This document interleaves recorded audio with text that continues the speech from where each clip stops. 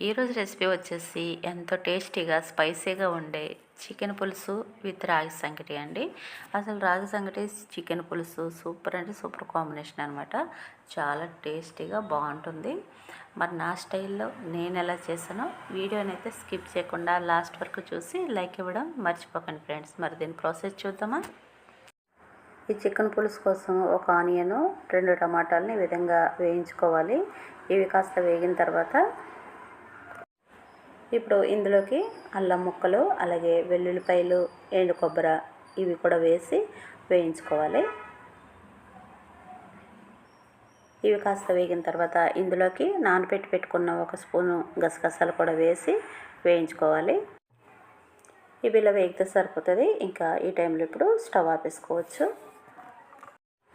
ఇప్పుడు ఇవి పక్కకు పెట్టేసుకొని ఒక వేరే గిన్నె పెట్టుకుని దీంట్లోకి ఆయిల్ వేసుకోవాలి. ఆయిల్ హీట్ అయిన తర్వాత దీంట్లోకి ఒక ఆనియన్ సన్నగా కట్ చేసుకొని వేసుకోవాలి. అలాగే దీంట్లోకి 2 పచ్చిమిరపకాయలు ఈ విధంగా వేసేసుకోవాలి కాయల్లాగానే. కొద్దిగా కరివేపాకు కూడా వేసి ఇవన్నీ కూడా మంచిగా వేగనివ్వాలి.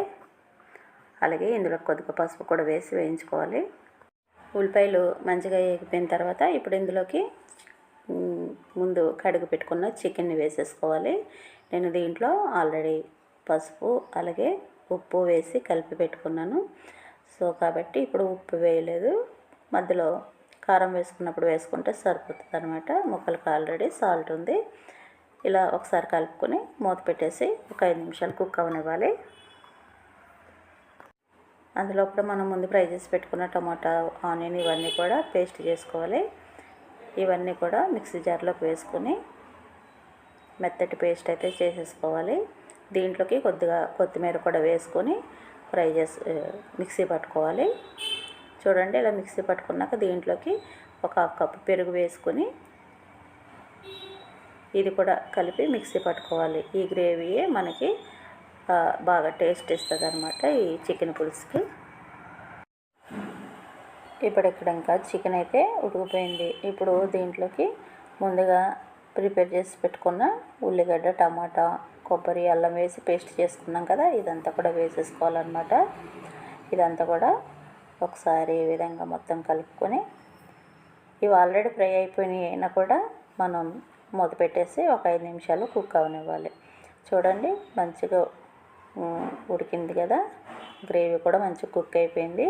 ఇప్పుడు దీంట్లోకి టేస్ట్కి సరిపడా కారం వేసేసుకోవాలి. మనం స్పైసీ అన్నం కాబట్టి కారం కొంచెం ఎక్కువ వేసుకుంటేనే బాగుంటుంది. అలాగే సాల్ట్ కూడా వేసుకొని ఇదంతా కూడా మంచిగా కలుపుకోవాలి. ఇలా కారం కొంచెం ఉడకనిచ్చిన తర్వాత దీంట్లోకి సరిపడా వాటర్ వేసుకొని, పులుసు అన్నం కాబట్టి కొంచెం వాటర్ వేసుకుంటే బాగుంటుంది. అది రాగి సంగటిలో కాబట్టి పులుసులా ఉంటేనే బాగుంటుంది అనమాట. ఇలా వాటర్ వేసుకొని ఇది ఒక 5 నిమిషాలు ఉడకనివ్వాలి.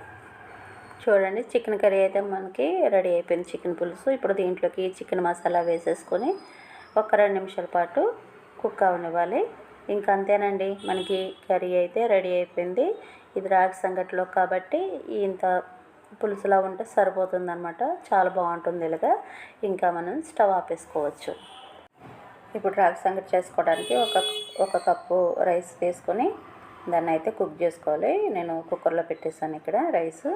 దీనికి 3 విజిల్స్ వస్తే సరిపోతుంది. మనం ఏ కప్పుతో రైస్ తీసుకుంటామో అదే కప్పుతో రాగిని తీసుకోవాలి. ఇక్కడ రైస్ అయితే కుక్ అయిపోయింది. ఇప్పుడు స్టవ్ ఆపేసుకోవాలి. ప్రెషర్ మొత్తం పోయిన తర్వాత దీన్ని ఓపెన్ చేసుకొని మరొకసారి స్టవ్ ఆన్ చేసుకొని ఇప్పుడు దీంట్లోకి సరిపడా కొంచెం వాటర్ యాడ్ చేసుకోవాలి. అలాగే దీంట్లోకి కొద్దిగా సాల్ట్ కూడా వేసుకోవాలి. ఎందుకంటే మళ్ళీ ఇది చప్పగా ఉంటుంది, అందుకని చెప్పి కొంచెం సాల్ట్ వేసేసుకొని ఇప్పుడు రాగి పిండి కూడా మనం రైస్ తీసుకున్న కప్పుతోనే రాగి పిండి కూడా వేసేసుకొని అది వెంటనే కలిపేయకుండా మూత పెట్టేసి సిమ్లో ఒక 5 మినిట్స్ కుక్ అవనివ్వాలి. చూడండి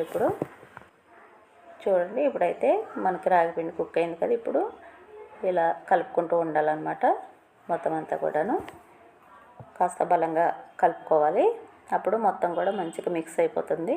చూడండి మనకి స్పూన్ నుంచి కొంచెం స్టిక్కీగా అవ్వాలి. ఇలా వస్తే మనకి రెడీ అయిపోయినట్టే. ఇప్పుడు ఒక గిన్నెలోకి నెయ్యి కానీ నూనె కానీ రాసుకోవాలి. పక్కన చూపిస్తున్న గిన్నె ఉంది కదా దీంట్లోకి ఇప్పుడు దీంట్లోకి కొద్దిగా రాగి ముద్ద వేసుకొని ఈ వేడిగుంట చేయి పెట్టలేం కాబట్టి ఇలా గిన్నెలో వేసుకొని ఈజీగా మనం ముద్దలు అయితే ప్రిపేర్ చేసుకోవచ్చు. ఇలా అంటే మనకి చక్కటి రాగి ముద్ద రెడీ అయిపోతుంది అనమాట. చూసారా చక్కగా గుండ్రంగా మంచి షేప్ వచ్చేసింది కదా.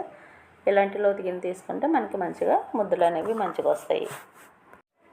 చూసారు కదండి ఎంతో టేస్టీగా ఉండే రాగి ముద్దలు అలాగే చికెన్ పులుసు అయితే రెడీ అయిపోయింది. ఇప్పుడు ఒక రాగి ముద్దను తీసుకుని ప్లేట్లో పెట్టుకొని ఒక చిన్న గిన్నెతో ఈ విధంగా దాని లోపలికి ఇలా ఒత్తుకొని వేడి చికెన్ పులుసు వేసుకొని తింటే టేస్ట్ సూపర్గా ఉంటుంది అన్నమాట.